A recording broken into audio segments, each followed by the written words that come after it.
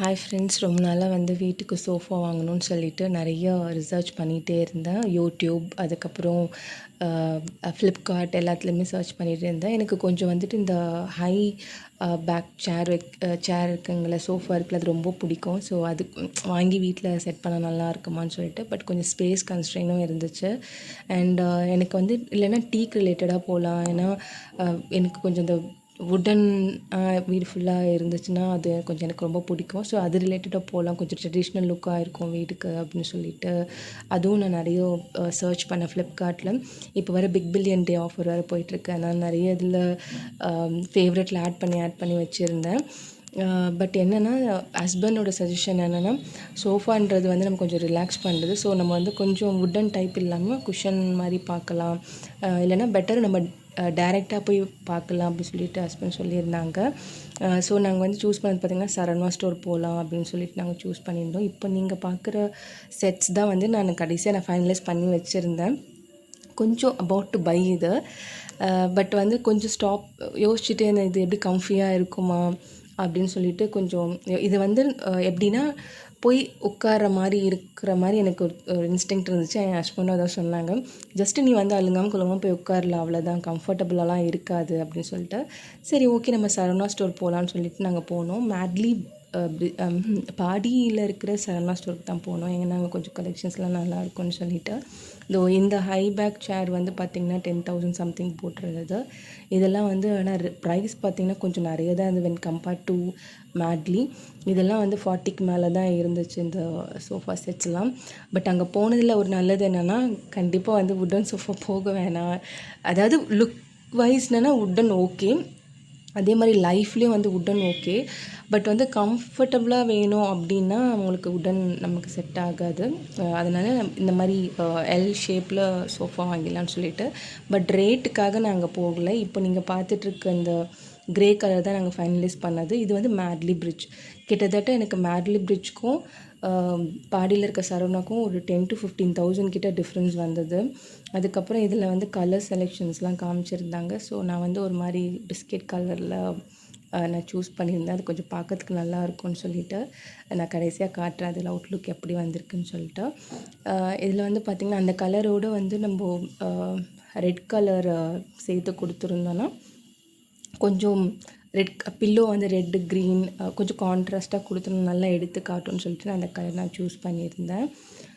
இப்போது அந்த சோஃபோட ரேட் பார்த்திங்கன்னா கடைசியாக ஃபைனலைஸ் பண்ணது 28,000 அண்ட் ஆட் அமௌண்ட்டுக்கு தான் நாங்கள் ஃபைனலைஸ் பண்ணியிருந்தோம். அதுக்கப்புறம் அவங்க கிட்டத்தட்ட ஒரு 6-7 டேஸ் எடுத்துக்கிட்டாங்க. அது நம்ம சொன்னதுக்கப்புறமா தான் அதை அவங்க ரெடியே பண்ணுவாங்க. அதுக்கப்புறம் ரெடி பண்ணிவிட்டு கொண்டு டெலிவரும் பண்ணிட்டாங்க. எல்லாம் ஸ்மூத்தாக தான் இருந்துச்சு. ஸோ நம்ம 28 கிட்டத்தட்ட 29,000 கிட்ட நம்ம வாங்குறதுனால டெலிவரியும் ஃப்ரீ தான் சொல்லிட்டாங்க மேட்லி பிரிட்ஜில். உங்களுக்கு மேட்லி பிரிட்ஜுக்கும் பாடி சரவணா ஸ்டோருக்கும் என்ன டிஃப்ரென்ஸ் இருக்குன்னா, பாடி சரவணா ஸ்டோர் கொஞ்சம் பாஷாக இருக்கும். பட் மேட்லி பிரிட்ஜ் கொஞ்சம் அப்படியே மோச்சமாக வச்சுருப்பாங்க. நம்ம தான் கொஞ்சம் பொறுமையாக பார்த்து செலக்ட் பண்ணணும். 10,000 to 15,000 டிஃப்ரென்ஸ் வருதுன்னா நம்ம பொறுமையாகவே பார்த்து போகலாம். ஸோ இந்த சோஃபா தான் நான் டுக்காட்டி சோஃபான்னு சொல்லுவாங்க. இதுதான் நான் கொஞ்சம் ஃபைனலைஸ் பண்ணியிருந்தேன். பட் இதில் என்னென்னா, அவங்க சொன்ன மெஷர்மெண்ட்டுக்கு இது கரெக்டாக இருக்குன்னு பார்த்தேன். பட் அது எனக்கு செட் ஆகலை. அந்த சென்டர் சேர் கொஞ்சம் பெருசாக அந்த மாதிரி இருந்துச்சு. அது எனக்கு அங்கேயே நான் கொஞ்சம் டேப் வச்சு அளந்துருந்தேன்னா அந்த சென்டர் டேபிள் நான் வேணான்னு சொல்லி ஒரு சிங்கிள் சேர் இருக்குது, அந்த சிங்கிள் சேரை வேணான்னு நான் சொல்லியிருந்திருப்பேன். பட் அவங்க சொன்ன மெஷர்மெண்ட்டை நம்பி வந்துட்டோம். பட் வீட்டுக்கு வந்ததுக்கப்புறம் தான் தெரிஞ்சது அது ரொம்ப பெருசாக போயிருக்கு, போகிற வழியை பிளாக் பண்ணுற மாதிரி இருக்குது அப்படின்னு சொல்லிட்டு. ஸோ இந்த மிஸ்டேக் நீங்கள் பண்ணாதீங்க.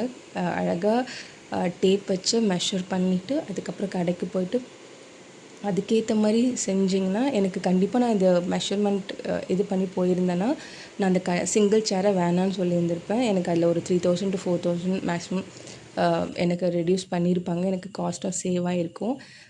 பட் இதை இந்த சிங்கிள் சோஃபா சீட்டை ப்ரைவேட் கார்டன் இருக்குது நம்ம வீட்டுக்கு. ஸோ அங்கே போட்டுக்கலாம், கொஞ்சம் நல்லா இருக்கும்ன்ட்டு ஹஸ்பண்ட் சொல்லியிருக்காங்க. பட் அது எனக்கு வேறு ஆப்ஷன் இல்லை. ஸோ அது இப்படி தான் போகிற மாதிரி இருக்கும். நம்ம வீட்டில் ஆல்ரெடி ஒரு சோஃபா, இது சோஃபா கம் பெட்டு. இது வந்து நான் யூடியூப் ஒருத்தர் ரெஃபர் பண்ணி தான் நான் வாங்கினேன்.